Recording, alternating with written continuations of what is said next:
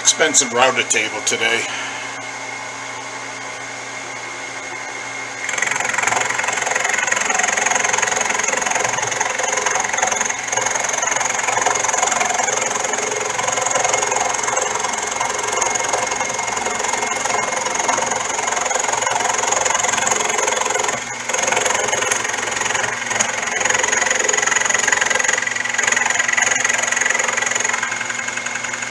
Hate when I'm just an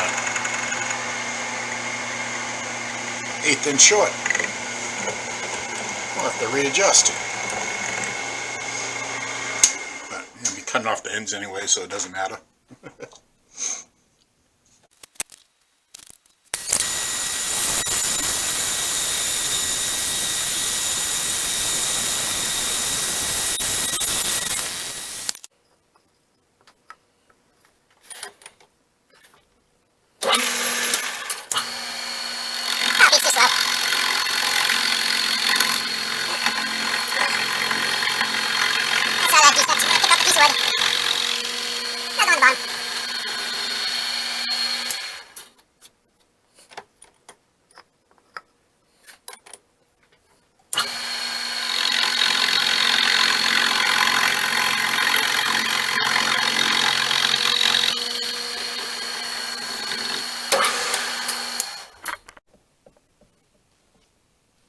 Okay, going to be doing a little more woodworking on the mill. I call this the upside down router table. It works.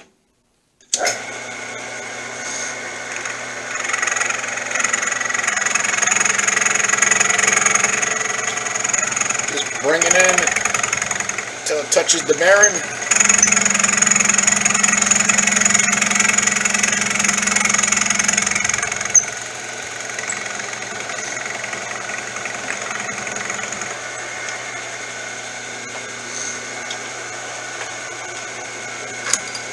And this would be a little quicker to set up a stop. Like a piece of wood, but there's really no easy way to do it, so. And just do the same thing. Bring it in until the bearing touches.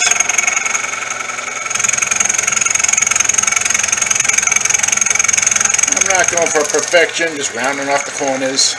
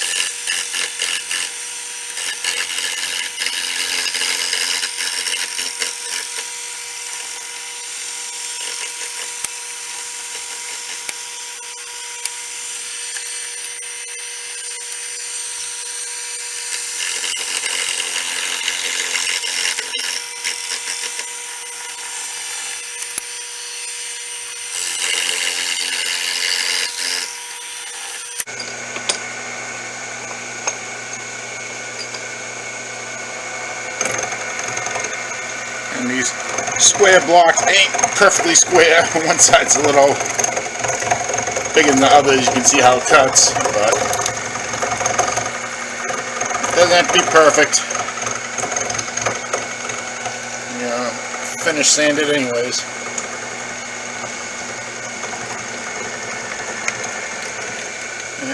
And that's the exact size length I can fit between I bottom out.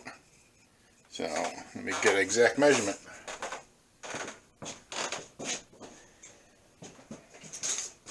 So I have exactly 9 7/8 of travel before I hit the backing plate. So that's my router table upside down. It works. Okay, a little more woodworking on the lathe today, or the mill, or the combination machine, whatever you want to call it.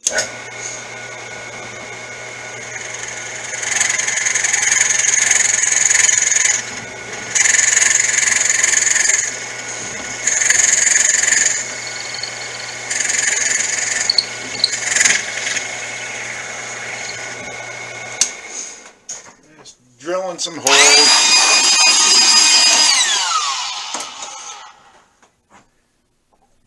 You'll see what I'm making as I go along.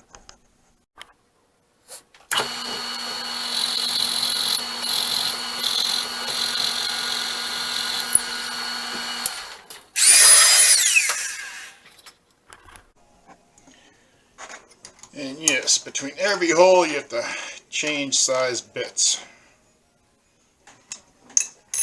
So that's why I'm trying to cut the video so you don't have to watch me every step of the way here.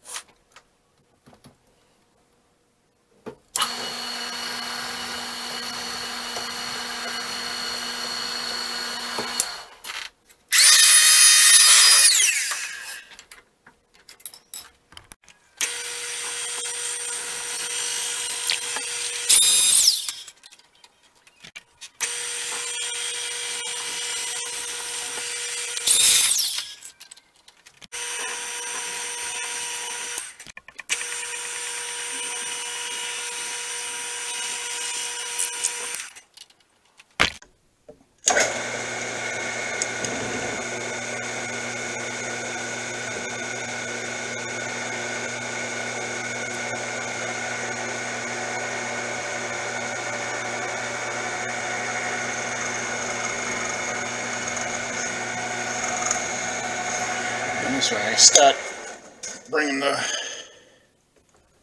key in closer.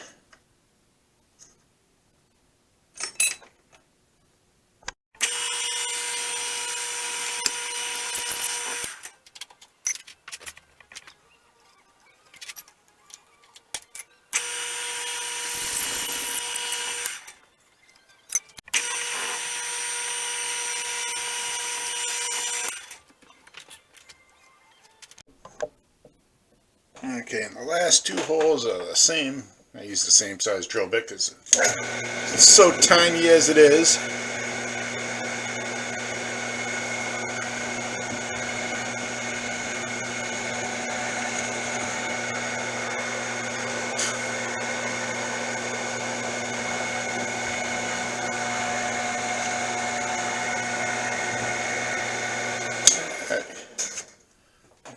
Holes are done.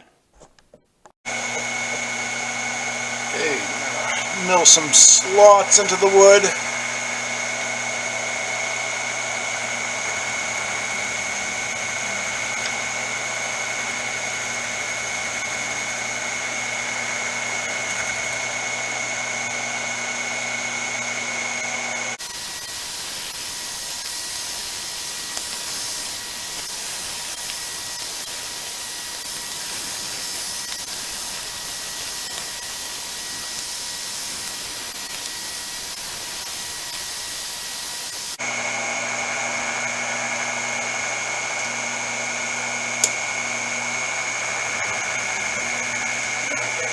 Set the depth a little bit here.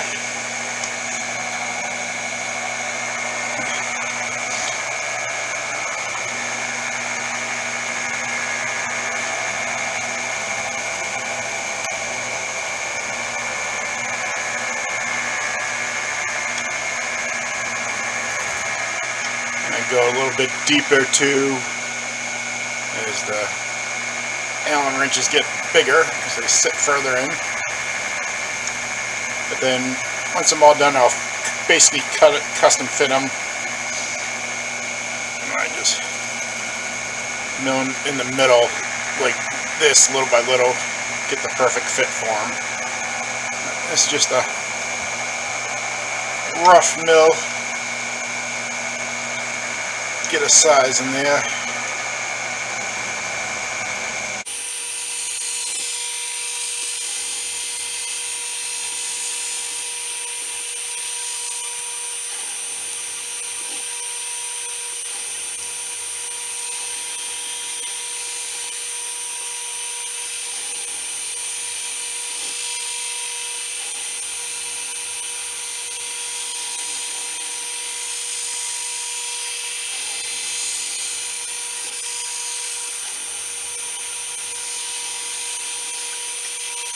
And I could jump up to a bigger end mill, but I mean, it's just easier keep on using the small one.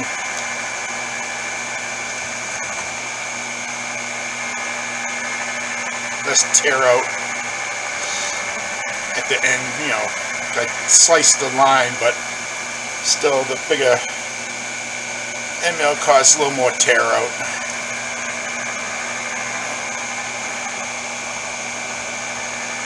And these will definitely have to go deeper, and these are the big keys. But like I say, I custom fit it as I go.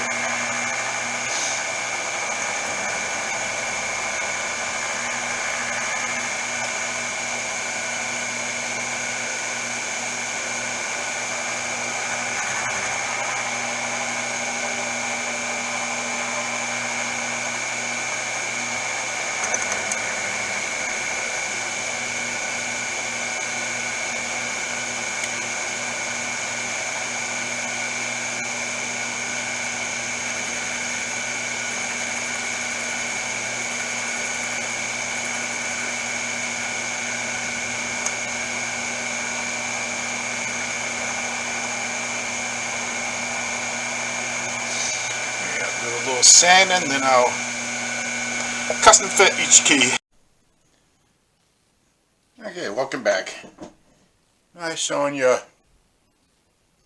machine the pieces of wood on the mill, and I didn't record any of my doing the finished work on my finished pieces, but this is the proof of concept piece I made, and figured make just a quick video of a couple tricks that I came up with using wood. Before there's many ways you can do this. You can do it by hand with the chisel. I used end mills on the machine. And before you slice out, you can see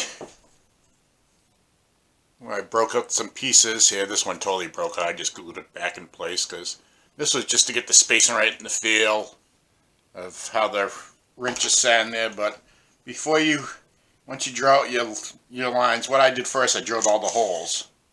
Then I just basically end milled the slot out for the size of the holes. Before you do that, I'd recommend getting a little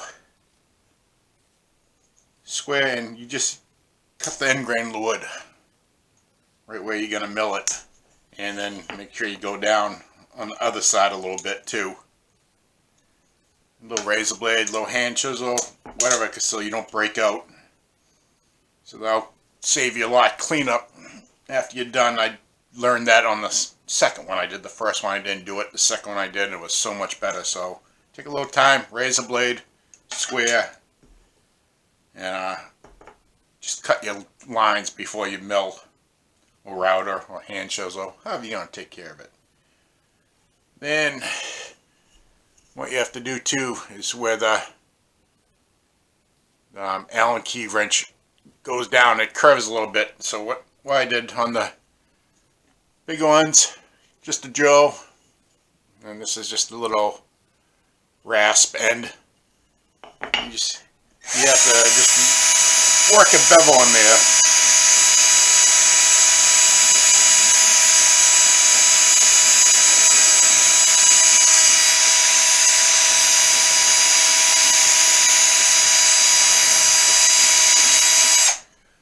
This is the fastest way I found out. I even made a while ago I made this. It was a broken end mill. I just ground in basically a 4-flute cutter, and this one works good to get into holes, countersink, clean up the edges. So I use this a little bit, and this one works good. And then of course the old sandpaper. I also did the, you just fill it till you get the right size for your slot. And you just work it in there. Everybody basically knows how to use sandpaper, but I figured I'd cover what I did.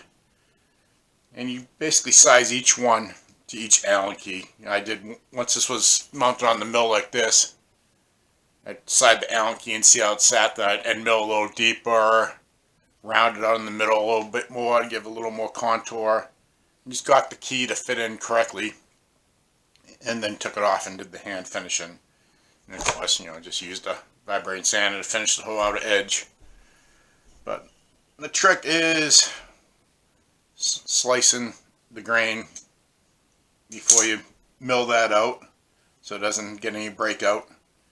And then also use little hand files and round ones just to get inside the holes to clean up any burrs so it slides in nice and neatly. And I'm gonna have to do that again after I clear coat it. Of course, a little clear stain gets down there, so you'll have to clear that out. But I'll bring you over to the finished products, but I figured I'd cover how I finished it. Okay, so basically what I'm going to be doing is organizing this. This is my main work area here. There's what the machine is, and I'm just trying to get all the tools I use on this machine. Those wrenches only fit, the ones I need for this machine, and all the other tools are just so you have everything you need no matter what. Every time I come across a tool I need, I find a place for it. Hammers over there, and just the oddball stuff at the end that I always have to clean up. So what I'm trying to do is get more of the tools mounted instead of having all the drawers packed full. I'm just trying to get this wall ceiling area for me hold some tools. So these are the holders I made. So I'll show you on the big ones there. You can see how it's beveled in a little bit, hopefully. I can say these LED lights I have in this place are great for working, but they play havoc on filming. So these are a little hard to see because of the darker stain. I just had some cherry stain. I think it'd be more red, but just the color of the wood naturally. This is the natural color of the wood. I don't even know what type of wood it is, but it's very hard. That's why I used it. It's very hard, tight grain. So these are the finished product, and I had a few people point out, I just posted pictures, and I put the 1.27 metric one should be in the American side for some reason, but that's what came in the set, the metric ones, and the 13, 13 on each set, so I kept it that way. But I made a mistake on this one. Show my mistake. You can see I went a little too far on the end mill there. Instead of going one direction, my hand went the other direction. So, but hey, it works. Like I said, I did these so it's nice and smooth. They line in place. So that's the finished products. And then I made this one after the fact. And I'm going to do a few more, just the common tools you use all the time. So that's the end.